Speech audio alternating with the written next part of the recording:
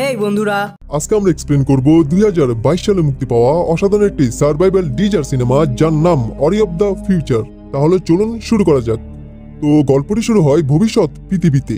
সালটা ছিল 2050 সাল, যখন পৃথিবী ছিল অনেক বেশি আধুনিক। এই সময়টিতে পৃথিবী এত বেশি আধুনিক ছিল যে পৃথিবীর সবকিছু ছিল অত্যাধুনিক ও টেকনোলজি দিয়ে ভরপুর।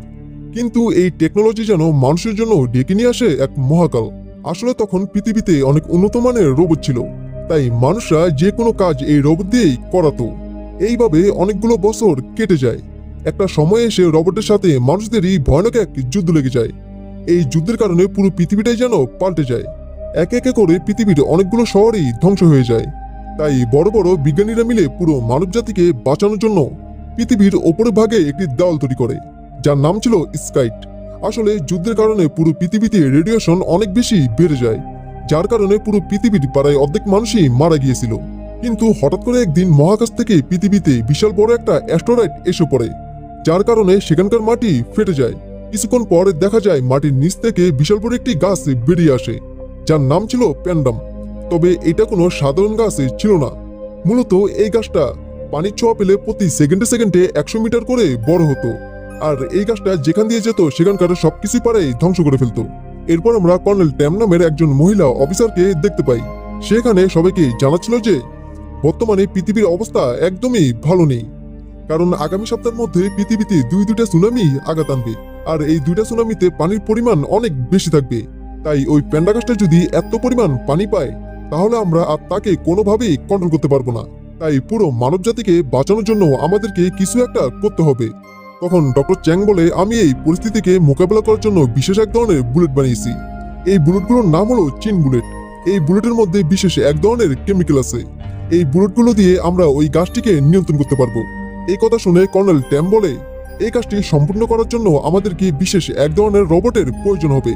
ওই রোবটগুলো দিয়ে আমরা এই কাজটা সম্পূর্ণভাবে করতে পারবো। আর যদি কোনো কারণে আমাদের এই প্ল্যানটা ফেল হয়ে যায়, তাহলে আমাদেরকে প্ল্যান বি শুরু করতে হবে, যেখানে আমাদেরকে বড় একটি মিসাইল সেই প্ল্যানটা গাছটির উপরে ফেলতে হবে, যার কারণে ওই গাছটি ধ্বংস হয়ে যাবে। তবে এই কাজটা মোটেও সহজ না, কারণ ওই বোমটা যদি গাছটির উপরে ফেলা হয়, শহরের পাড়ায় 1 লক্ষ মানুষ মারা যাবে। এই কথা শুনে চ্যাং বলে, আমাদেরকে প্ল্যান করতে হবে মানুষদেরকে বাঁচানোর জন্য, বরং তাদেরকে মেরে ফেলতে নয়। কিন্তু ট্যাম তাকে বলে, আমাদের হাতে এই দুইটা প্ল্যান ছাড়া আর অন্য কোনো প্ল্যান নেই, তাই তুমি দোয়া করো জানি প্ল্যান এ সাকসেস হয়ে যায়। তো চ্যাং ছিল তাদের কমান্ডার। এরপর চ্যাং গিয়ে টেলার নামের একজন লোকের সাথে দেখা করে। আসলে টেলার এয়ারফোর্স টিমের একজন লিডার। এবার ট্যাম তাদেরকে পুরো প্ল্যান সম্পর্কে খুলে বলে। সে বলে, আমাদেরকে প্লেনে করে সেই গাছের একদম কাছে যেতে হবে।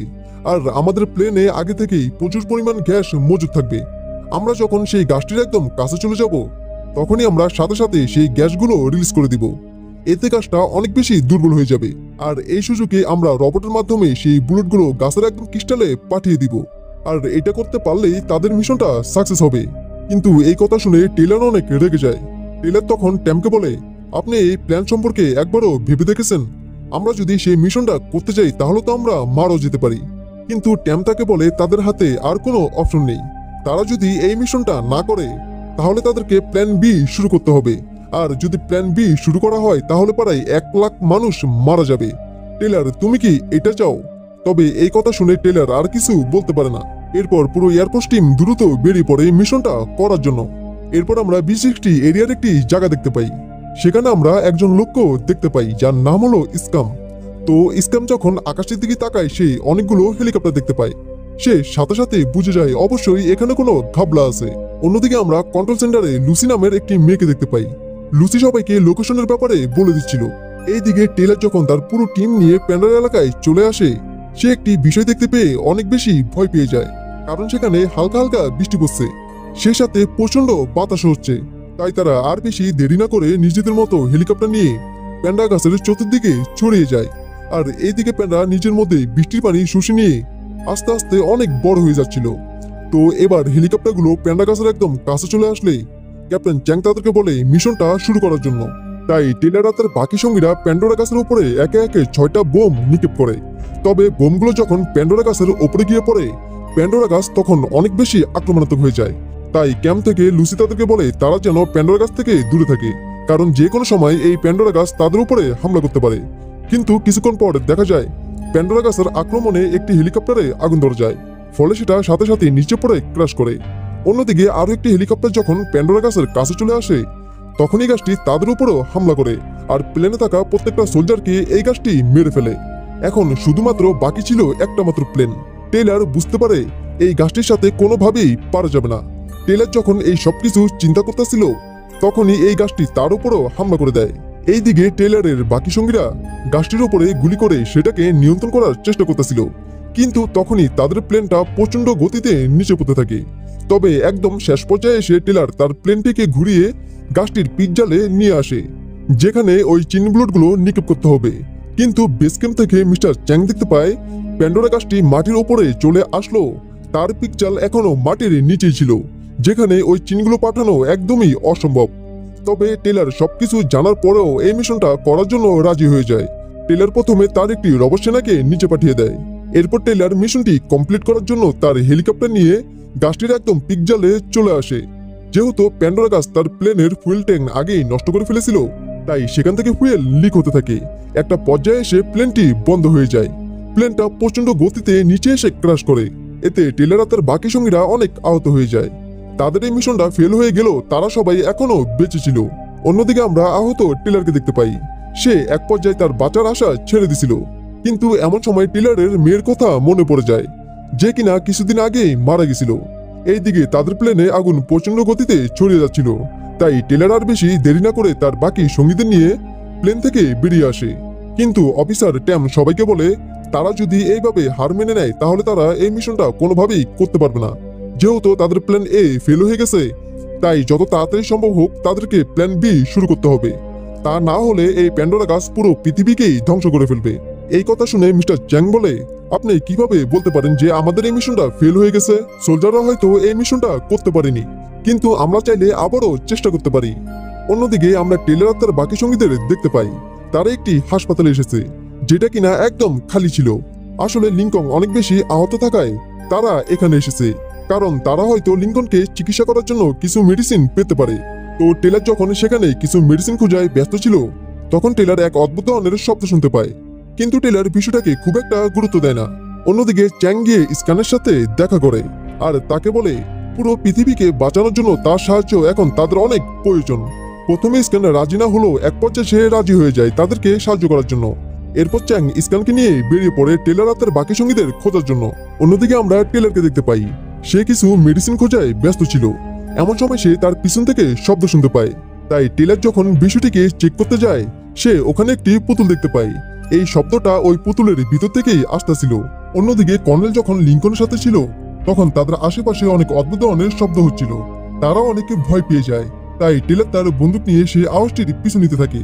কিন্তু কিছুক্ষণ পর দেখা যায় লিংকনকে সেই প্যান্ডোরা গাছটি হাসপাতাল থেকে তুলে নিয়ে যায়। অন্যদিকে কমান্ডার চ্যাং ফাইনালি টেইলারদের সাথে যোগাযোগ করতে সক্ষম হয়। সে টেইলারকে জিজ্ঞাসা করে যে টেইলার এখন কোথায় আছে। তারা যখন এসব কথাবার্তা বলতেছিল, তখনই টেইলারের উপরে এক অদ্ভুত দেখতে ক্রিয়েচার হামলা করে দেয়। টেইলার প্রথমে অনেক ভয় পেয়ে যায়, কিন্তু টেইলার তার কাছে থাকা গান দিয়ে সেই ক্রিয়েচারটিকে মেরে ফেলে। অন্যদিকে কর্নেল পুরো হাসপাতালে লিংকনকে খুঁজতে থাকে, কারণ তার কাছে মনে হচ্ছিল লিংকন তার আশেপাশেই কোথাও আছে। তাই কর্নেল যখন শব্দ শুনতে পেয়ে একটা রুমের কাছে যায়, তখন সে দেখতে পায় ওই ক্রিয়েচারটি লিংকনকে ছিঁড়ে ছিঁড়ে খাচ্ছে। কর্নেল বুঝতে পারে এগুলো সেই প্যান্ডোরা গাছের এক অদ্ভুত ধরনের পোকা। এটা দেখে সে অনেক বেশি ভয় পেয়ে যায়, তাই সে তার জীবন বাঁচানোর জন্য সেখান থেকে দৌড়িয়ে পালাতে থাকে। এইদিকে কমান্ডার চ্যাং বেস ক্যাম্পে যোগাযোগ করে আর তাদেরকে জানিয়ে দেয় যে টেইলার আর তার বাকি সঙ্গীরা এখনো বেঁচে আছে, তাই খুবই দ্রুত তাদের কাছে যেন সাহায্য পাঠানো হয়। এটা বলে সে বেস ক্যাম্প থেকে যোগাযোগ বিচ্ছিন্ন করে দেয়। অন্যদিকে কর্নেল সেই ক্রিয়েচারের হাত থেকে পালাতে পালাতে সোজা হাসপাতালের মর্গে চলে আসে। ওখানে সে একটি খালি বক্স দেখতে পেয়ে সেটার ভিতরে লুকিয়ে পড়ে।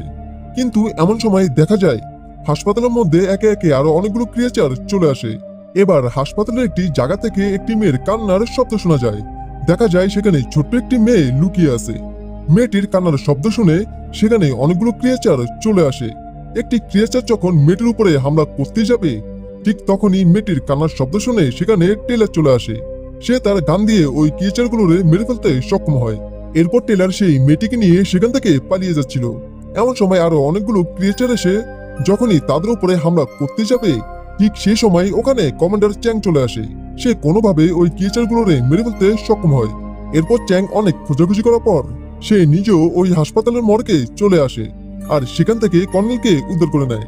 অন্যদিকে টেলার যখন তাদের আর্মি ট্যাঙ্কে যায় তার সাথে দেখা হয়ে যায় স্কানের। আসলে স্কান আর টেলার আগে একসাথেই আর্মিতে কাজ করত। অন্যদিকে চ্যাং আর সেই ছোট বাচ্চাটি যখন হাসপাতালে ছিল ঠিক তখনই তাদের উপরে হঠাৎ করে অনেকগুলো ক্রিয়েচার এসে হামলা করে দেয়। তবে চ্যাং আর তার বাকি সোলজাররা এখান থেকে বের হওয়ার কোনো রাস্তা খুঁজে পাচ্ছিল না। তাই চ্যাং তাড়াতাড়ি স্কানের সাথে কথা বলে আর তাকে জিজ্ঞাসা করে এখান থেকে কিভাবে বের হতে হবে। কিন্তু স্কান নিজেও সেটা জানতো না। কিন্তু এমন সময় স্কানের মাথায় একটি আইডিয়া আসে। সে দ্রুত হাসপাতালের সামনে চলে আসে আর তার গান দিয়ে সেখানকার দেওয়াল ভেঙে ফেলে যেন চ্যাং আর তার বাকি সোলজাররা সেখান থেকে বেরিয়ে আসতে পারে। অন্যদিকে আমরা বেস ক্যাম্পের কমান্ড অফিস দেখতে পাই। সেখানে শ্যানলি অফিসার ট্যামকে তার কাছে ডেকে নিয়ে আসে আর তাকে অর্ডার দেয় তারা যেন খুব তাড়াতাড়ি প্ল্যান বি শুরু করে, তা না হলে তারা সবাই মারা যাবে। এরপর আমরা লুসিকে দেখতে পাই। টেলারদের হেলিকপ্টারটি ক্র্যাশ হওয়ার পরে সে এখন পর্যন্ত কর্নেলের কোনো খবর পায়নি, তাই এই বিষয়টা নিয়ে সে অনেক চিন্তায় ছিল। অন্যদিকে আমরা কমান্ডার চ্যাং আর তার পুরো টিমকে দেখতে পাই। তারা একটি বিষয় নিয়ে অনেক বেশি চিন্তায় ছিল। সেটা হলো তারা মিশনের জন্য যে চিন বুলেটগুলো নিয়ে এসেছিল সেই সবগুলো বুলেট প্লেনটি ক্র্যাশ হওয়ার কারণে তারা সেই বুলেটগুলো আর আনতে পারেনি। তাই কমান্ডার চ্যাং সবাইকে বলে যেভাবে হোক তাদেরকে সেই চিন বুলেটগুলো নিয়ে আসতে হবে। এটা বলে তারা গাড়ি নিয়ে বেরিয়ে পড়ে সেই চিন বুলেটগুলো নিয়ে আসতে। এরপর কর্নেল সবাইকে বলে যে ওই চিন বুলেটগুলো এখন ধ্বংসস্তূপের নিচে আছে, তাই সেগুলো খুঁজে বের করা মোটো সহজ না। আর সেই বুলেটগুলো খুঁজে বের করতে গেলে আমাদের জীবনের অনেক ঝুঁকি থাকতে পারে। তাই সে সাথে সাথে তার আর্মান স্যুটটি পরে নেয়। এরপর তারা খুবই কম সময় সেখানে চলে আসে যেখানে ওই চিন বুলেটগুলো ছিল। কিন্তু প্যান্ডোরা গাছ সেখানকার অনেকগুলো বিল্ডিংই ধ্বংস করে ফেলেছিল। তাই এই চিন বুলেটগুলো খুঁজে বের করা মোটো সহজ ব্যাপার না, যার জন্য তারা আর বেশি দেরি না করে ড্রোন দিয়ে সেই প্লেনটিকে খুঁজতে থাকে। এইদিকে সেই বাচ্চা মেয়েটি টেলারকে জানায় অনেকদিন আগে বাতাস যখন বিষাক্ত হয়ে গিয়েছিল তখন সেই বিষাক্ত বাতাসে আক্রান্ত হয়ে তার বাবা মা দুইজনেই মারা গেছিল। যেটা শুনে টেলার অনেক বেশি ইমোশনাল হয়ে যায়। তখন টেলার ওই বাচ্চা মেয়েটিকে জড়িয়ে ধরে অজরে কান্না করতে থাকে। অন্যদিকে চ্যাংরা তাদের ড্রোন দিয়ে সেই বুলেটগুলো খুঁজে পায়। ফলে তারা আর বেশি দেরি না করে সেই বুলেটগুলো নিয়ে বিল্ডিং এর ওপরে ভাগে যেতে থাকে। কিন্তু তারা যেই বিল্ডিংটিতে ছিল সেটা যে কোনো সময় ভেঙে পড়তে পারে, তাই তারা পুরো টিম মিলে সেখান থেকে তাড়াতাড়ি বের হওয়ার চেষ্টা করতেছিল। এইদিকে জানা যায় 30 মিনিটের মধ্যে ভয়ানক একটা তুফান আসতে চলেছে। তবে এখন যদি সেই তুফানটি আসে তাহলে পরিস্থিতি এখন আর নিয়ন্ত্রণ করা যাবে না। তাই চ্যাঙ্গা তার পুরো টিমকে নিয়ে সেই প্যান্ডোরা গাছ দিকেই যেতে থাকে। কিন্তু কিছুক্ষণ যাওয়ার পর বিশাল একটি রবট এসে তাদের উপরে হামলা করে দেয়। তাই টেলার আর তার পুরো টিম মিলে সেই রবটের সাথে লড়াই করতে থাকে। তারা একে একে কয়েকটি বোমা সেই রবটের উপরে নিক্ষেপ করে।